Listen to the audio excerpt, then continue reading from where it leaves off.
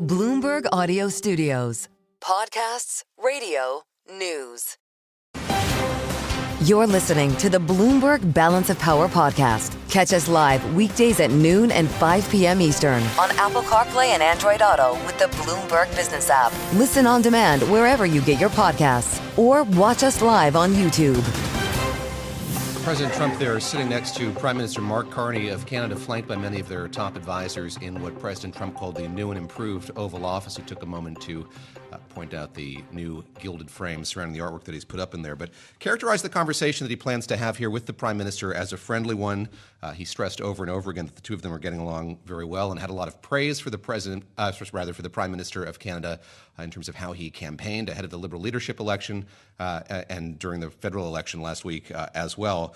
Touched on a number of major issues, a handful of them in foreign policy. So there's agreement among these two leaders when it comes to Ukraine, for instance. Spoke about the Houthis in the Middle East. Talked about China as well. There was a question about what Treasury Secretary Scott Bessant said on Capitol Hill today with regard to the status of meetings or negotiations with China. The president said meetings had not happened, but they could happen at the right time. Stressed that China wants to meet.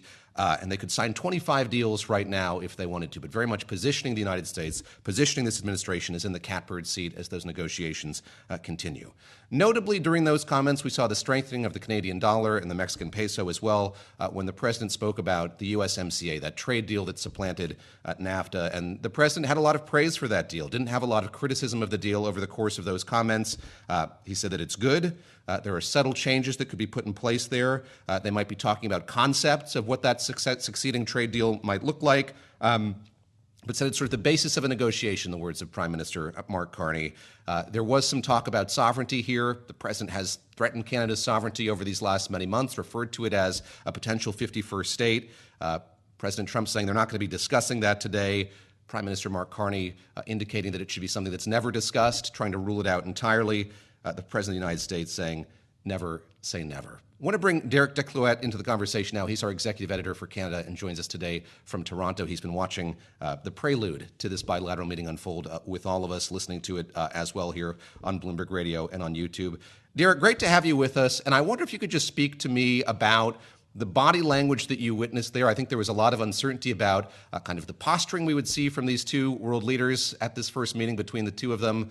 With Mark Carney now the 24th Prime Minister. What stood out to you about sort of how they approached this and the way that they spoke to one another and indeed characterized the conversations that are taking place?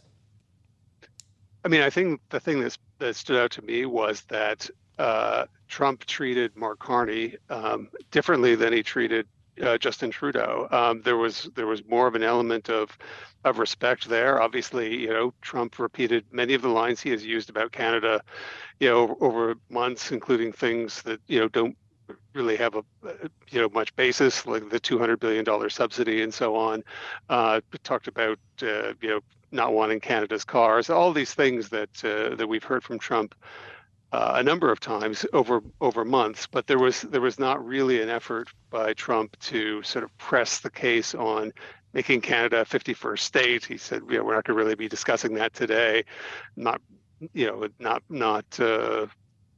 going too far down that road. So Carney didn't speak a whole lot during that, and there was really, I only saw sort of one moment where it seemed like he felt like he had to stand up to the president in some way, but it was for Carney a lot smoother than it otherwise might have been. I want to ask you about his approach here as we dig into that a little bit more. And when he did speak, he noted that President Trump is, as he put it, transformational president, a relentless advocate for the American worker. I think the Prime Minister said, talked about security, talked about fentanyl. So he clearly knew what to say or was well coached on what to say. These are the issues that President Trump has been harping on here over these last many months. These are the issues when it comes to U.S.-Canada relations that President Trump clearly cares a lot about. Yeah, that's right. I mean, he obviously had those lines ready, and they were, I'm sure, somewhat music to the president's ears. That he wants to hear those things, and I think it did emphasize the point right at the beginning there that Canada also wants to crack down on the fentanyl trade. I mean, the evidence shows that very little of the fentanyl that goes into the U.S. actually comes from Canada, but Canada has its own fentanyl problem, and it has its own death rate, overdose rate, and so on. That's not that different from what the U.S. is experiencing. So this notion that sort of circulated earlier in the presidency when Trudeau was still prime minister that Canada was the major problem here.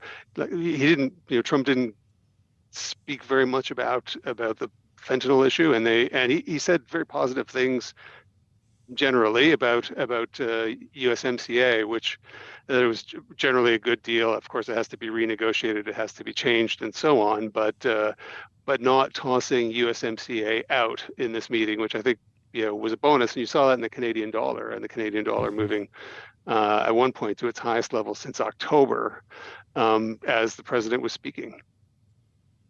I want to ask you just a bit more about that. So yes, I noted the strengthening of the currency, the Canadian dollar, and the Mexican peso as well, and sort of beyond the remarks about their friendship and the relationship between these two leaders, we heard the president kind of wax nostalgic about his Trump roots in Canada, having some relations who lived in the country, brought up Wayne Gretzky as a famous Canadian that he has a lot of affection for, brought up Mr. Ovechkin of the Washington Capitals, who I don't think has any Canadian roots or history. But buried within all of that was a lot of talk about this trade deal, and it's one that after it was negotiated by the first Trump administration, the president was very proud of.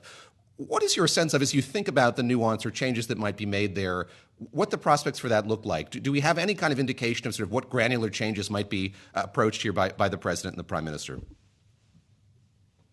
Well, I mean, I doubt very much that there will be a lot of sort of really granular stuff dealt with today. But in the longer course of time, it's pretty clear the president is after a few things. One is the auto sector.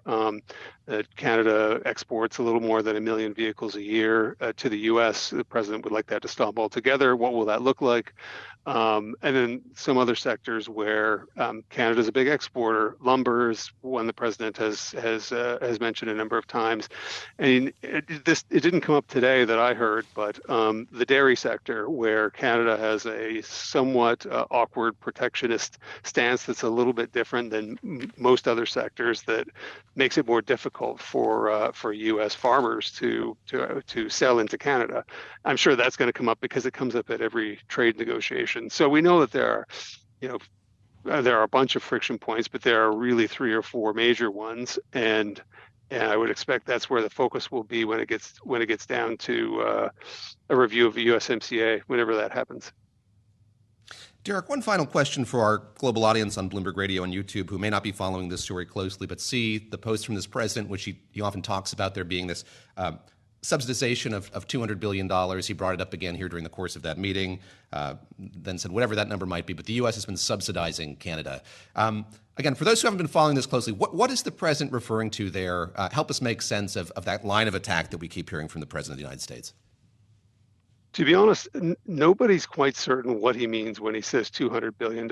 He's never fully explained it. Now, if he's talking about the U.S. trade deficit with Canada, that number last year was $36 billion, goods and services. It's a little bit higher on the goods side because Canada sells a lot of energy into the U.S. And then the U.S. actually has a trade surplus with Canada. When you net it all out, that's $36 billion. I mean, you can decide for yourselves whether a trade deficit constitutes a subsidy, but that's the number from last year. The president sometimes speaks about military defense and the fact that Canada has not spent 2% of GDP, which is what NATO allies are supposed to spend on military, and that Carney has said he's got a plan to ramp it up to 2%, but it's going to take a number of years. So is that entering into his calculation? But to be honest, nobody's quite broken down the $200 billion or knows where it comes from.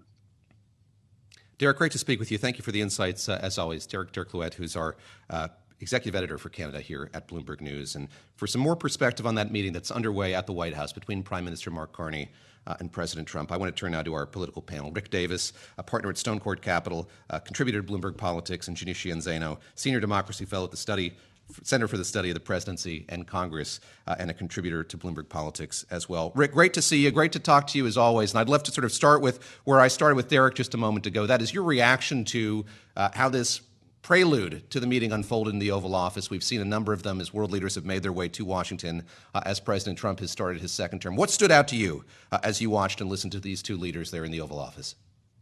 I was still really amazed by the chill atmosphere in the Oval Office. Previous leaders have gone in there and gotten shanghaied, and here's a guy, Mark Carney, who used Donald Trump as a battering ram in his campaign for prime minister. And as Donald Trump said, created the best comeback you could ever imagine for the liberals in Canada to win that election. Donald Trump undermining the conservatives with his hot rhetoric about taking over Canada and making it the 51st state. And yet you'd think the two were old buddies sitting there next to each other. Donald Trump just, giving all kinds of compliments to Mark Carney. I'm sure Mark Carney was sitting there going, where am I? What am I doing here? And Trump even said, we're not going to have a meeting like that other guy, meaning I'm sure Zelensky, when they just pilloried him. So I was quite amazed by the really generous comments by Trump and the atmosphere of being very chill within that Oval Office. That chill atmosphere. And Ginny, let me turn to you. I mean, there couldn't be a starker contrast between the two types of politicians we saw there in the Oval Office. Mark Carney, a proud globalist, someone who's a technocrat, has helmed two large central banks, now entering politics for the first time as Prime Minister of Canada, and a more bombastic compliment, that being Donald Trump, the President of the United States, there for his second term. Talk, if you would, just about the dynamic between them and sort of what you imagine this meeting, which is going to take place behind closed doors, might look like. Yeah, I mean, one of the things they share that you just alluded to is they famously both come from the private sector. And it is very clear that Donald Trump did not have a lot of goodwill for Trudeau, Freeland, or some of the other people that worked on his team. And so I think from that perspective, Carney is a welcome change for the president. And of course, the president said, you probably wouldn't be here without me. And that is absolutely true. And it was very typical Donald Trump holding court, talking about how there is a big announcement to be had. It will be Thursday, Friday, Monday, David. We don't know, but it's coming. And even Mark Carney said, wow, I'm, on pins and needles. So from that perspective, it was Trump the showman, and he, was really holding court, and Carney really was very reserved and only pushed back on the issue of the 51st state. And, to which Donald Trump replied, never say never. So, it was very typical Trump, but I was particularly taken by one of the last things Donald Trump said when he basically said in response to a reporter's question, there's nothing Canada can bring. There's nothing that can be said today which would move me to remove these tariffs. And so I think that is a stark reminder. And of course, just before Carney arrived, there was a scathing post on Truth Social from Donald Trump. So I think Carney handled it well, but I think these will be tough negotiations. And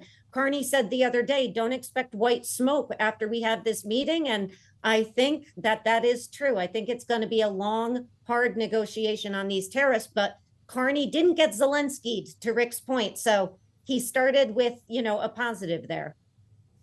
Didn't get Zelensky. We're going to come back and talk more, I know, over the course of the next hour. But Ginny Shianzena, thank you very much for the time. And Rick Davis, thanks for your time as well. As these two leaders, Mark Carney, the Prime Minister of Canada, is now meeting behind closed doors with President Trump of the United States. They're due to have a bilateral meeting. Their advisors there arrayed on the couches in the Oval Office, and then a luncheon after that. And it seems like there's a lot of bon ami, good vibes, chill atmosphere, as Rick Davis said a moment ago there in the Oval Office. We'll see what that translates to and if there's any kind of announcement that comes out of this. We have yet to see a world leader come to the Oval Office to talk trade, to talk tariffs policy, and emerge with any kind of concrete memorandum of understanding. And the message very much from President Trump there at this meeting is a lot of countries want to make deals with the United States, but it is up to him and his administration to decide with whom they're going to make those deals and when. You're listening to the Bloomberg Balance of Power podcast. Catch us live weekdays at noon and 5 p.m. Eastern on Apple CarPlay and Android Auto with the Bloomberg Business app. You can also listen live on Amazon Alexa from our flagship New York station. Just say, Alexa, play Bloomberg 1130. David Gura in for Joe Mathieu and Kailey Leinz on this Tuesday as the President of the United States meets with the Prime Minister of Canada at the White House. A lot of uncertainty surrounding this meeting, but it got off on a good foot, I think you could say, in the Oval Office as those two leaders sat in front of the fireplace and fielded questions from reporters. And The president lavishing the prime minister with a lot of praise, calling him a good person, a talented person. Said he thought he was excellent during the course of the campaign, and talking an awful lot about the longstanding friendship between the U.S. And Canada. That's where I want to go now with the former ambassador Bruce Heymon, former U.S. ambassador to Canada, spent about 4 years in Ottawa on behalf of the United States. Before that, he was a partner at Goldman Sachs, which is where I should say Mark Carney spent a good chunk of his career as well. He joins us from the global conference that the Milken Institute is convening out in Beverly Hills, California. I know you were busy with all of the goings-on there out in California. Probably didn't get to watch those comments, but I look at what you posted on X yesterday. You wrote, "Big day tomorrow for Canada-USA relations." Ambassador Heymon, help us understand the importance of this moment and what you hope will come out of this meeting taking place between President Trump and Prime Minister Carney. So thank you very much, and it's a pleasure to be with you today. There is no more important relationship that the United States has than with Canada. It is our best trading partner. Yes, it is, regardless of what you hear. It's our ally. It's our neighbor to the north. And Canada has always been there for us in our time of need, in our darkest hours, 9/11, Iran hostage crisis, storms. We just saw it recently in California where they sent the water carriers in to pour water over the fires in Southern California. Look, Canada's always been there for us, and I think what's happened over this last 110 days has been jarring, unsettling, and upsetting to Canadians, and rightfully so. I think today's meeting is a beginning of a reset moment. I would say beginning, but I would say everybody was watching. The body language, the handshake at the beginning, the Oval Office, where I've been in that Oval Office with Prime Minister Trudeau and President Obama. I know the context of it, and I know the feel of the room. It actually felt pretty good watching the clips here this morning. Now, we will have more details as the day goes on, but I think this is a beginning of a reset moment, and I think it's an important one for our bilateral relationship. And I'm going to pick up on your metaphor of using natural disasters here. Over the course of the presidential campaign here in the U.S., you were fond of issuing a tsunami warning, indicating that if President Trump were to win, this could be, as I think you put it in an interview with Politico Pro, super bad, potentially super bad. When you think back on what you were warning about then, and indeed what has come to pass since then, was the super bad assessment merited? Is this as bad as you thought it might be in terms of how the relationship between these two countries has worsened in recent days? Actually, it was a bit worse than I had expected. I did not anticipate a proposed cross-the-board 25% tariff, nor the language of the 51st state, which I think was wholly inappropriate. All of that was completely jarring for the Canadians, and being as upset as they are, look, you guys know this.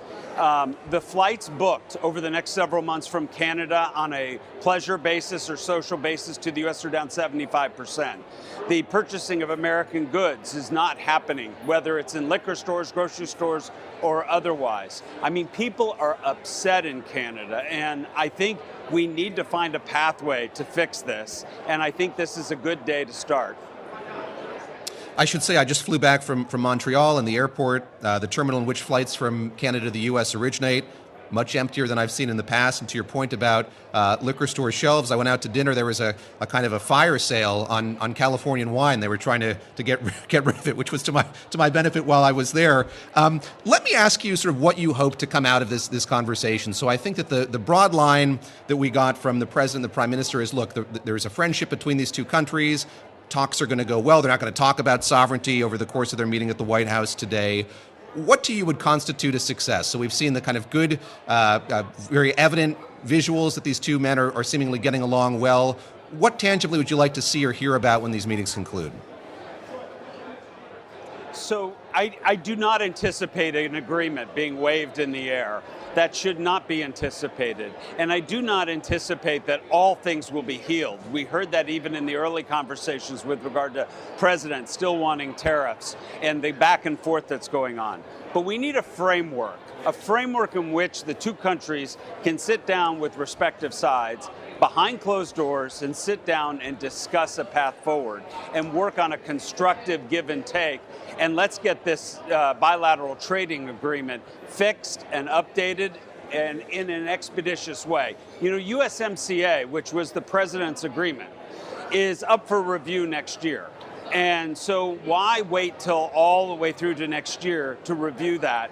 in my opinion, that review should begin post-haste. And we should sit down and figure this out so that we can get an agreement that everybody's comfortable with, so business leaders here at the Milken Institute and throughout the United States can get comfortable investing in Canada, which they should be. I think it's an amazing investment opportunity to be investing in Canada today, and I am encouraging people. I also think it's an incredible opportunity to go visit Canada, and what a beautiful country. And if you want to have an international travel experience and take your family or friends, go to Canada. I think you'll really have a wonderful time. Bruce Heymon, I want to ask you lastly for your perspective or insight into who Mark Carney is. As I mentioned, a colleague of yours at Goldman Sachs, somebody that I know you've observed when he was in his role as a kind of technocratic personality in Canada, running the Bank of Canada, and then, of course, running the Bank of England as well. He's a political novice, something he touted often when he was on the campaign trail.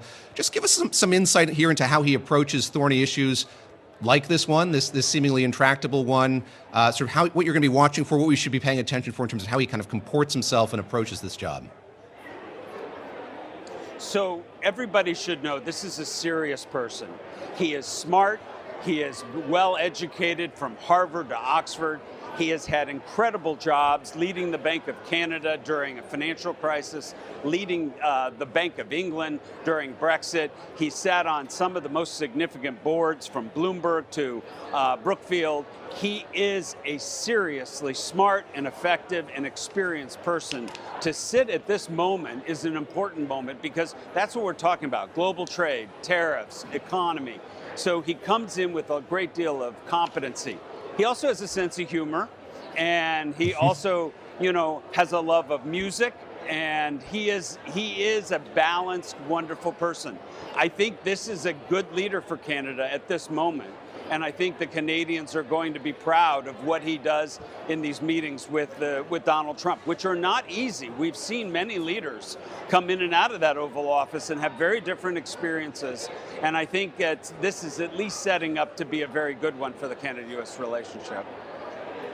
Bruce Heymon, thank you very much. He was, for about 4 years, our man in Ottawa. He joined us from the Milken Institute's Global Conference in Beverly Hills, California. Very grateful for his time on this Tuesday as that meeting between the President of the United States and the Prime Minister of Canada wraps up. Over on Capitol Hill, U.S. Treasury Secretary Scott Bessant was testifying today before a House panel on all manner of issues, and something he talked about over the course of that testimony was the so-called X date, when the U.S. is going to hit its borrowing limit.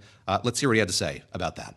We will share with Congress when we believe we are approximating that date, so that will be forthcoming. But I will tell you, just as an outfielder running for a fly ball, we are on the warning track, and when you're on the warning track, it means the wall's not far away. The wall is not far away. For some more insight into this, I want to bring in Dan Flattley. He covers the Treasury Department and Secretary Bessant for us here at Bloomberg News. Dan, great to see you in person. There is a hunger on Capitol Hill, especially among Republicans, as negotiations over that big, beautiful bill continue, for what that X date is, what it's going to be. What is your sense, yes, from the testimony we heard today, but from your reporting of, when we're going to get insight into that, and sort of where on the calendar it might fall? Yeah, David, it's a great question. And actually, it was a Republican who asked Secretary Bessant this question in the hearing today. And he sort of disappointed us all by saying, we don't have that yet, or we're not prepared to share that. Although he had a very interesting comparison to an outfielder running for the fly ball, as we heard there. I think that he has said in the past, and Treasury has said sometime in the first half of May. So obviously we're in that window right now. Why this matters is because Congress, as you well know, David, needs a deadline in order to get anything done. And the X date really is like the deadline of deadlines, because Bessant, later on in his testimony, made a point of saying the U.S. will not default on its debt, will not breach the debt ceiling, ultimately will pay its obligations, and that is what you'd expect him to say, but still a very important thing for him to say. And so when you're talking about the tax bill that the Republicans are working on, when you're talking about revenue from tariffs that they're looking at, when you're talking about all of the things that are happening with the economy, it really kind of comes down to that, what we call the X date. So we didn't get it today. We may get it any day now, really. And so we're all sort of on tenterhooks waiting. And so, he's keeping us in suspense. We had Nathan Dean on a little earlier, and he referred to Scott Bessant as the calmer in chief. That's the role that he's playing in this administration. We certainly saw that on display in California yesterday when he talked to global investors. Was it the same Scott Bessant in that hearing room today? Sort of what's the role as you see it that he's playing as he kind of communicates this president's, economic vision, but also sort of gives a status update on the president's economic agenda? Yeah, it's a good question. I think it was during his confirmation hearing, one of the senators remarked to him that he must have a pulse rate of about 40 beats per minute. So he does kind of project this very calm, cool, collected affect. At times, I think that caught some members off guard. They wanted him to be maybe a little bit more animated. When you heard some of the questioning from Democrats, they wanted him to answer some of their questions and wanted him to do it quickly. And so, he uses kind of that that demeanor to his advantage in those types of scenarios. But certainly he has kind of played this role of calming the markets. We did see stocks pare some of their losses after he spoke on trade. He mentioned that he thinks that 80 to 90% of the trade deals that they're sort of actively working on could be negotiated by the end of the year. We're hearing different timelines, obviously, on these trade deals, and we haven't yet seen one materialize. And then, of course, President Trump came out later and said that he's going to negotiate these deals on his own terms, and he's not looking at lowering tariff rates necessarily. So maybe some good cop, bad cop, maybe some of a calming force, somewhat of a more energetic, some might say chaotic force. That certainly seems to be part of the strategic uncertainty, to use a phrase that Secretary Bessant used today, to try to bring some of these deals over the finish line. But I think that he played his role relatively well today in terms of answering questions before the House Appropriations Committee. Tomorrow he'll go before the House Financial Services Committee, much bigger panel, a little bit more raucous in terms of the questions that he's expected to get. And so we may see him pressed on some of these issues a little bit more than he was today. Very quickly, just about 30 seconds. We've talked about his role with investors on Capitol Hill. How about in these trade talks themselves? What's his remit, or what is he focusing on? Well, it's interesting. I mean, he kind of inserted himself really into the middle of a lot of these trade talks, including with Japan, which he has a history with as an investor. He's now kind of taking a little bit of a step back. He was asked the other day, saying the U.S. trade representative is handling a little bit more of the details and stuff like that. But the officials from Japan were at Treasury last week, so he's still very much involved, for sure. Very much involved, for sure. We'll look forward to your coverage of the hearing tomorrow. Dan Flattley, thank you very much. Dan Flattley covers the Treasury Department for us here at Bloomberg News, and we did hear from the Treasury Secretary about the status of those talks between the U.S. and China. He indicated those negotiations are not underway, and that was certainly a question that was asked of the president during that prelude to the meeting that he's having with Prime Minister Mark Carney, and the president of the United States saying no negotiations have taken place, but they do want to meet. China does want to meet with the U.S. Thanks for listening to the Balance of Power podcast. Make sure to subscribe if you haven't already at Apple, Spotify, or wherever you get your podcasts. And you can find us live every weekday from Washington, D.C. at noontime Eastern at Bloomberg.com.